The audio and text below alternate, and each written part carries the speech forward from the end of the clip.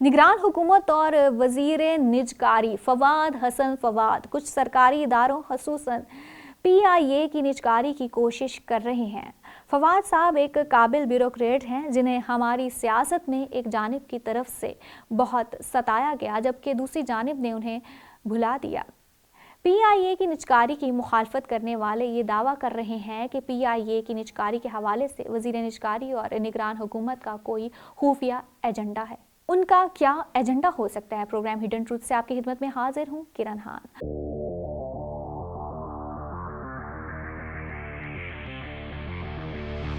आइए कुछ आदादो शुमार का जायजा लें। पाकिस्तान में 5 एयरलाइंस हैं जिनमें से 4 निजी हैं। सभी एक जैसा ही किराया लेते हैं और एक ही सतह की सर्विस फ्राहम करते हैं। इसके बावजूद 4 निजी एयरलाइंस तो पैसा कमाती हैं और टैक्स अदा करती हैं, लेकिन दूसरी जानिब PIA को गुज़श्ता साल 172 अरब रुपए की फ़रोख्त पर 88 अरब रुपए का नुकसान हुआ और ये 51% नुकसान है और ये नुकसान का वो तनासुब है जिसे पूरा करना मुश्किल है चाहे कोई कितनी ही कोशिश कर ले। इससे एक साल कबल PIA को 50 अरब रुपए का नुकसान हुआ था और इससे भी एक साल कबल 35 अरब रुपए का। PIA का अब तक का मजमूई खसारा 717 अरब रुपए का है जबकि इसकी मौजूदा मालियत 900 अरब रुपए से ज़्यादा है। 900 अरब रुपए की ये रकम 15 आगा खान यूनिवर्सिटी अस्पतालों, 60 लम्स यूनिवर्सिटियों या पूरे पाकिस्तान में 18,000 स्कूलों की तामीर के लिए काफ़ी है। इसके बजाय हमने खसारे में चलने वाले दायरे को जारी रखने का इंतखाब किया है जो 8,000 मुलाजमीन को नौकरियां देता है, कभी भी सिविल एविएशन के वाजिबात अदा नहीं करता और PSO को ईंधन की अदायगी में भी हिचकिचाता है।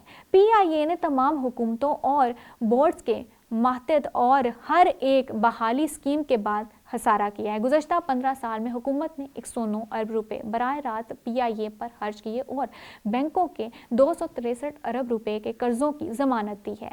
हम PIA पर जितनी रकम चाहे लगा सकते हैं, लेकिन सीधी सी बात यह है कि PIA को अब ठीक नहीं किया जा सकता। मुलाजमीन की मुलाजमत के तहफ़्फ़ुज़ को यकीनी बनाते हुए एयरलाइन की जल्द निजकारी पाकिस्तानी टैक्स दहिंदगान के लिए बहुत बेहतर साबित होगा। निजकारी की बात मुझे पाकिस्तान रेलवे पर भी गौर करने पर मजबूर करती है। पिछले साल हुकूमत ने इसके ऑपरेशनल नुकसानात को पूरा करने के लिए 45 अरब रुपए और मजमूई तौर पर 70 अरब रुपए की तरक्याती अखराजात के लिए इजाफी अरब रुपए दिए। 25 साल पाकिस्तान रेलवे को पहले 59 अरब रुपए और इससे एक साल पहले 56 अरब रुपए मिले।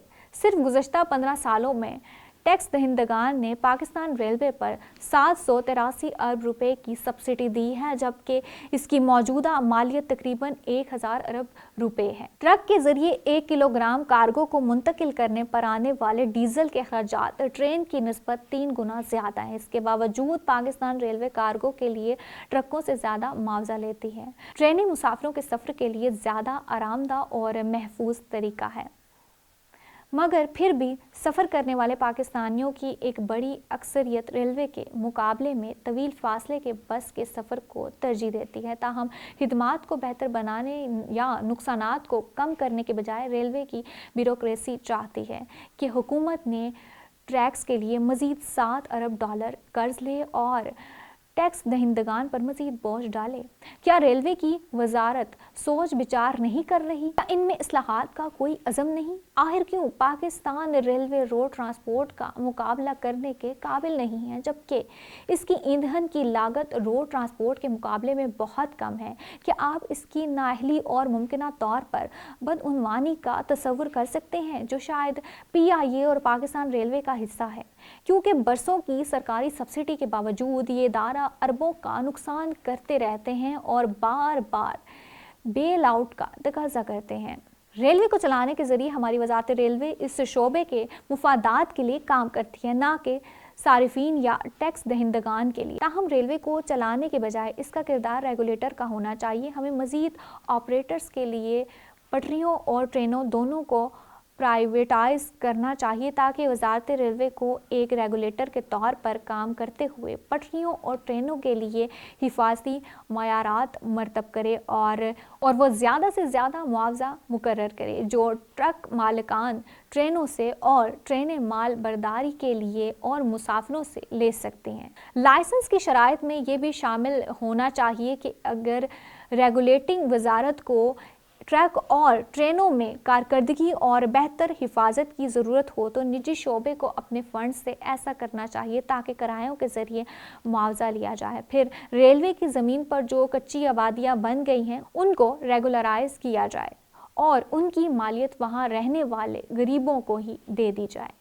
बाकिया ज़मीन को फ़रोख्त किया जाए ताकि मौजूदा रेलवे मुलाजमीन की रिटायरमेंट तक तनख्वाहों और मराद को यकीनी बनाया जा सके। आइए अब पाकिस्तान स्टील मिल्स पर गौर करें जो 8 साल से बंद है, जिसके मुलाजमीन को अभी तक तनख्वाहें दी जा रही हैं। पाकिस्तान स्टील मिल्स पर नेशनल बैंक और सुई सदरन के 100 अरब रुपए से ज़ायद वाजिबुल अदा हैं। सुई सदरन और नेशनल बैंक ऑफ पाकिस्तान की माली हालत को शदीद खतरे में ना डालते हुए उनके दिए गए कर्ज़ों की तलाफ़ी का एक माकूल तरीका ये है कि स्टील मिल्स की बाकी मानदा ज़मीन उनके हवाले कर दी जाए। इसके बाद ये ज़मीन सुई सदरन और नेशनल बैंक अपने वाजिबात की जुज़वी वसूली के लिए फ़रोख्त कर सकते हैं। खुद स्टील मिल जो 1960 की दहाई की रूसी साख्ता है, अब भी इसे बेचकर या लीज पर देकर बहाल किया जा सकता है ताहम मौजूदा मुलाजमीन को उनके रिटायर होने तक तनख्वाह जारी रखी जाए। निगरान हुकूमत और खुसूसी सरमायाकारी सहूलत कौंसिल के लिए मईशत की इस्लाह और हमारे कारोबारी माहौल को बेहतर बनाने के लिए इन तीनों इदारों की निजकारी से बेहतर कुछ नहीं। जहां पीआईए और स्टील मिल्स की निजकारी सिर्फ नुकसानात को रोकेगी, वहीं रेलवे की निजकारी से न सिर्फ नुकसानात में कमी आएगी बल्कि ये मईशत की मजमूई बेहतरी में भी एक बड़ा मुहर्रिक साबित हो सकता है। जैसा कि हमने बारहा देखा है कि उन सरकारी इदारों में डाला जाने वाला नया पैसा ज़ाया ही होगा। हमें इन सरकारी इदारों के मुनाफा बख्श बनने और सार्फिन और टैक्स दहिंदगान के लिए फ़ायदेमंद होने के लिए निजी शोबे के सरमायाकारों और अच्छी तरह से रेगुलेटेड मार्केटों की ज़रूरत है।